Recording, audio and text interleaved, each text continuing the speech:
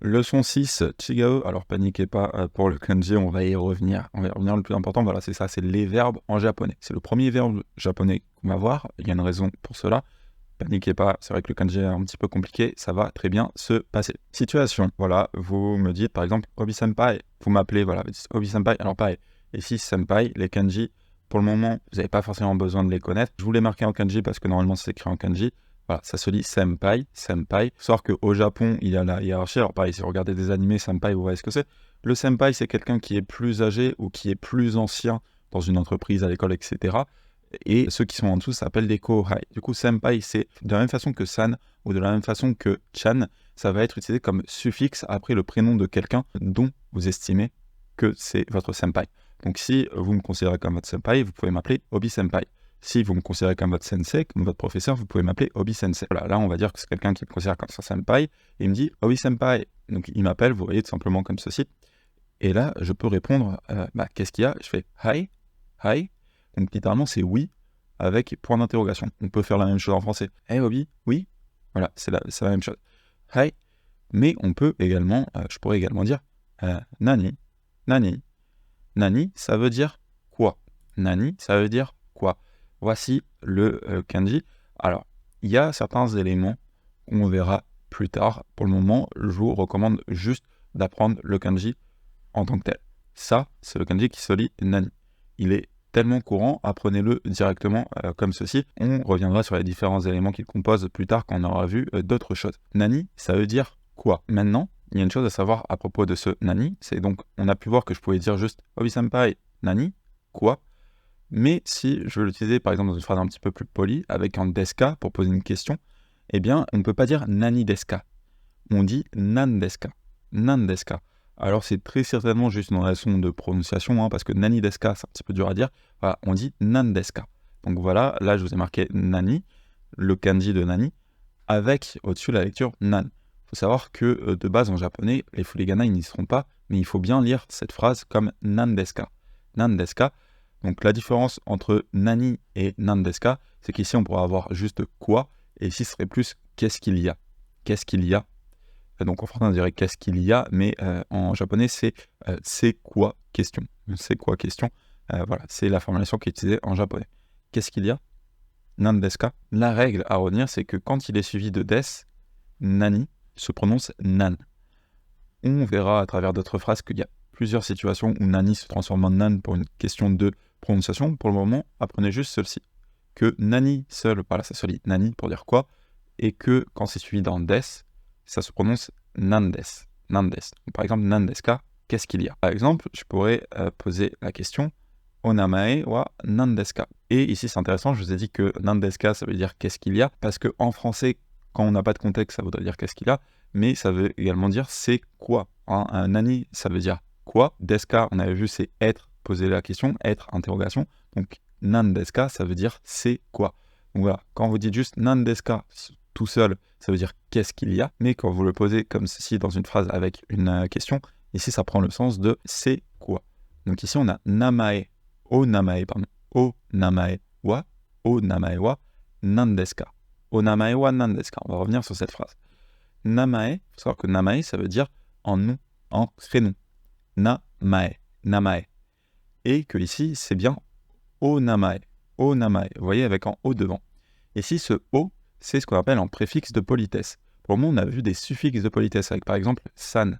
Quand je disais Yamada-san pour dire monsieur. Donc ce genre de suffixe de politesse, ce sont des suffixes, donc ils arrivent après le nom. Ici, c'est un préfixe de politesse, du coup, ça vient avant le nom. En japonais, il y en a deux, il y a o, il y a go. Pour le moment, on a vu que o, donc retenez juste ceci, ce o. Petite précision, ici je dis un préfixe de politesse, ça s'appelle également en honorifique. En fait, ça sert à placer de l'honneur sur le nom qui vient après, donc à élever, si vous voulez, le nom qui vient après.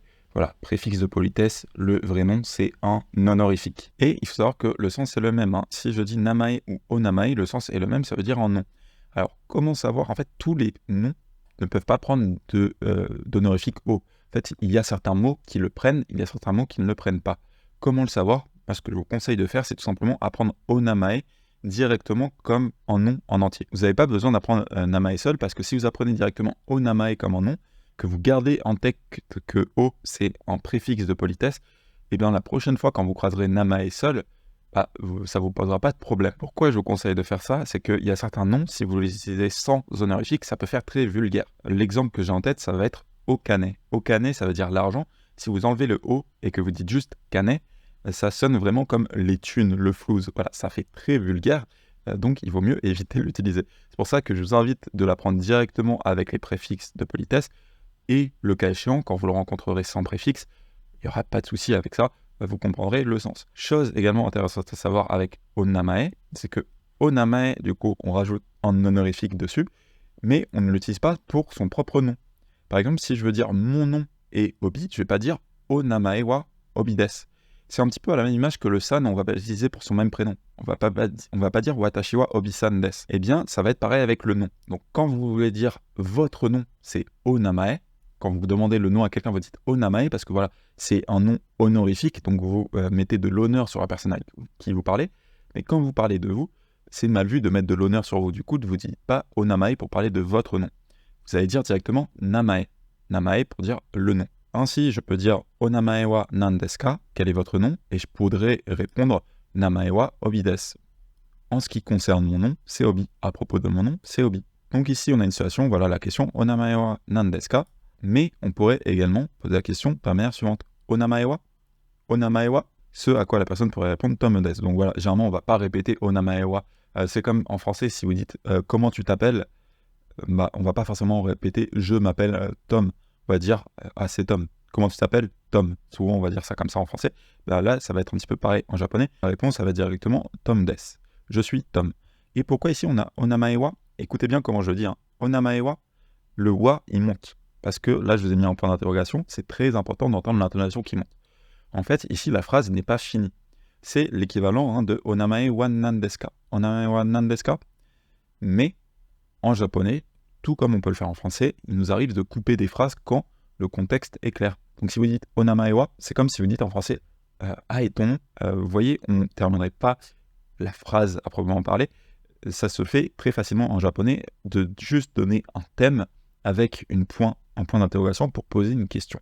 Donc si je dis onamae wa, c'est sous-entendu onamae wa nan desu ka. Donc sous-entendu, comment est-ce que tu t'appelles? C'est pour ça que si vous entendez onamae wa, quelqu'un répondra très certainement Tom desu, je suis Tom. Ce à quoi le dialogue pourrait continuer, et vous voulez vérifier que vous avez bien entendu le prénom. Il a dit qu'il s'appelait Tom, peut-être que vous avez mal entendu, peut-être qu'en vrai c'était pas Tom mais Thomas. Donc vous dites Tom-san desu ka, Tom-san desu ka. Donc très important quand vous répétez de rajouter le san pour être poli, Tom-san desu ka.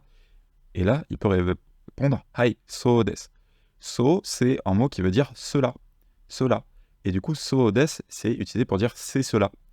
En français, on dirait oui, c'est bien ça. Oui, c'est bien ça. Oui, c'est cela. Donc voilà, so, ça veut dire cela. So desu, c'est cela.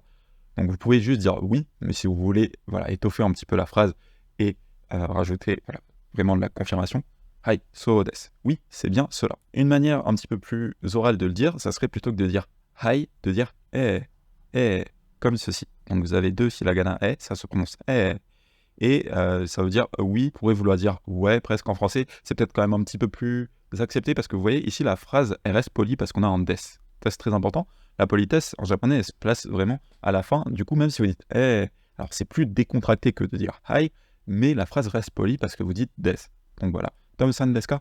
So desu. Oui, c'est bien cela. Maintenant, imaginons que vous avez entendu Yamada-san. Donc je rappelle, Yamada, la montagne et la rizière, Yamada. Yamada-san desu ka? Iie, non. Yamada-san desu ka? Iie, non. Non, je ne suis pas Yamada, sous-entendu. Donc là, on dit juste non. Êtes-vous Yamada-san? Non. Yamada-san desu ka? Iie, chigaimasu. Tom desu. Ici, on a étoffé un petit peu notre phrase. Iie, chigaimasu. Tom desu. Chigaimasu. On a enfin notre premier verbe en japonais, autre que être. Qu'est-ce que ça veut dire? Donc, iie, c'est tout simplement non, et chigaimasu, c'est le verbe chigau, qui veut dire être différent de.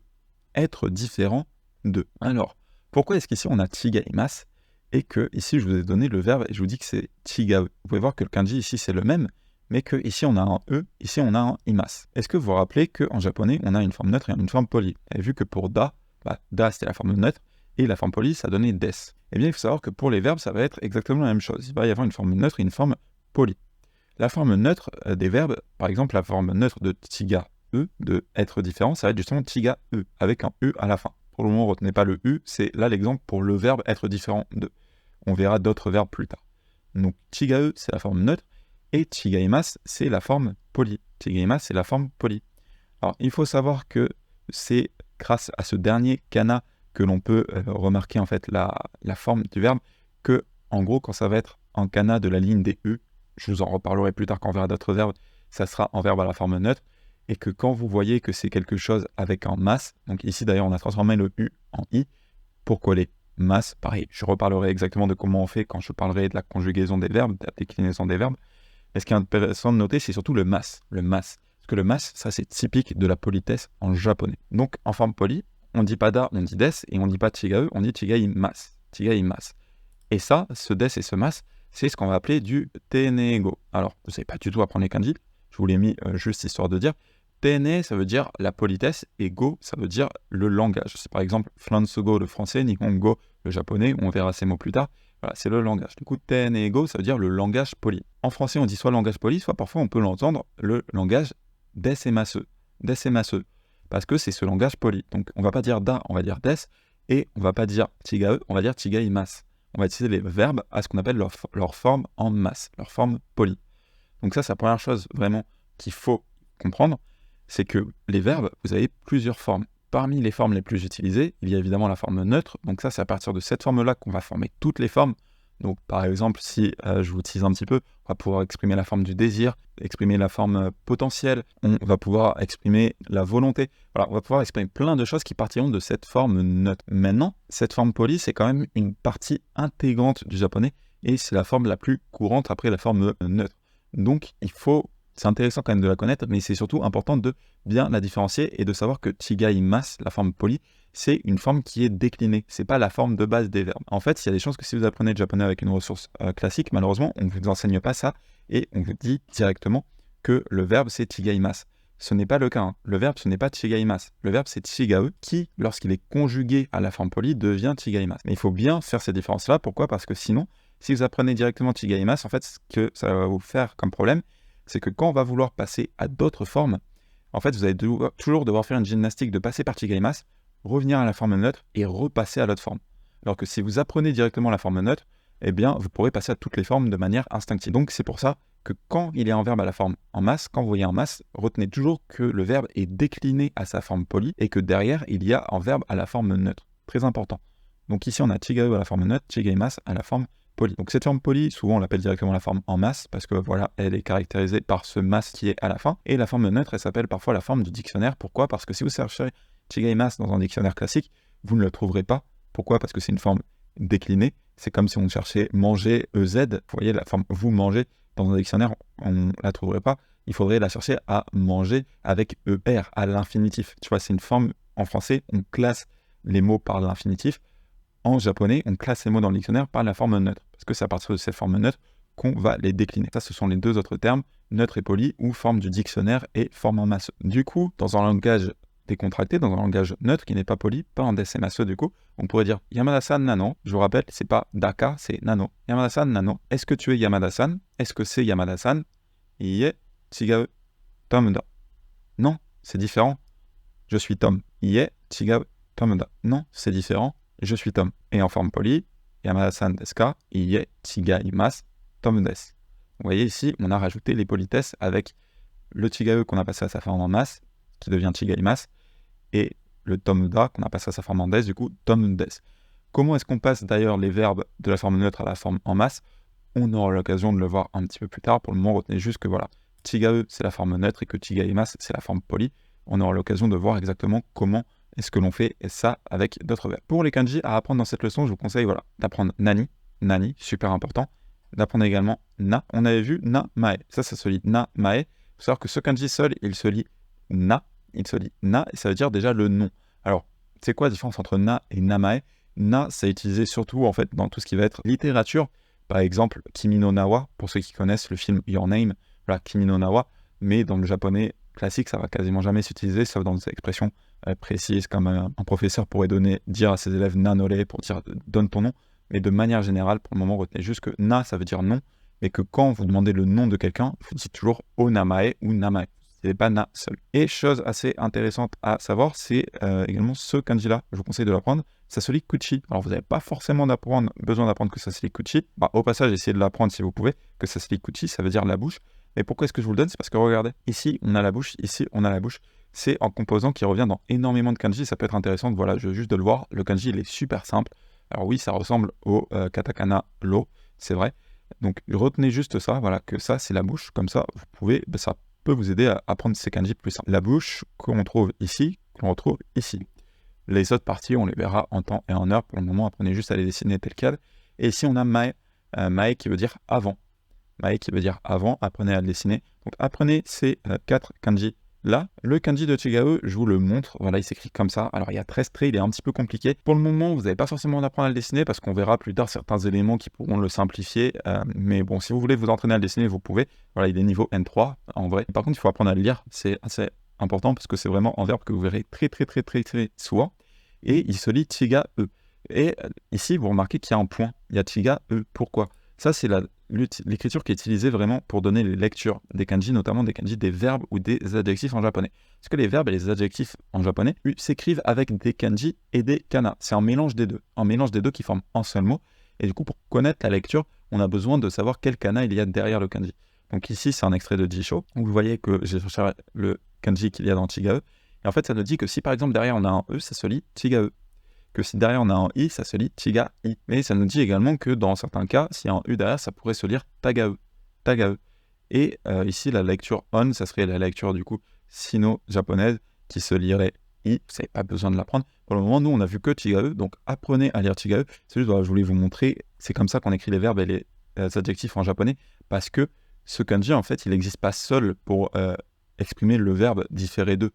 Pour exprimer le verbe différer d'eux, être différent d'eux, il s'écrit forcément avec ce qu'on appelle un nokorigana, qui est donc les kana que l'on met derrière. Et en japonais, on met le petit point.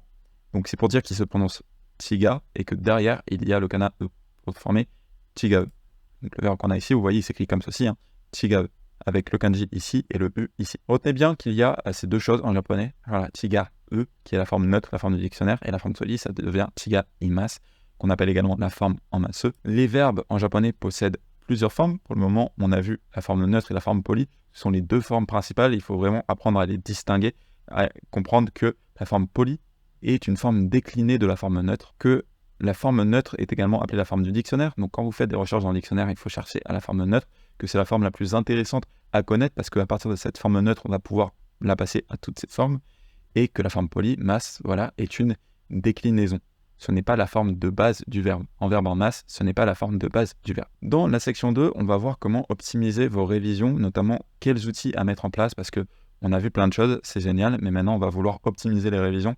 Moi, c'est vraiment grâce à ces outils que j'ai appris à parler japonais, à parler notamment de Anki, et je vais vous donner également des ressources pour ceux qui veulent prolonger un petit peu votre apprentissage en autodidacte, notamment au niveau des kanji. Voilà, des outils qui sont bons à connaître pour approfondir votre apprentissage de votre côté, parce que beaucoup de l'apprentissage du japonais va se passer de votre côté par la suite avec vos révisions et avec l'approfondissement que vous allez chercher par vous-même. Tout ça, on va le voir dans la section numéro 2.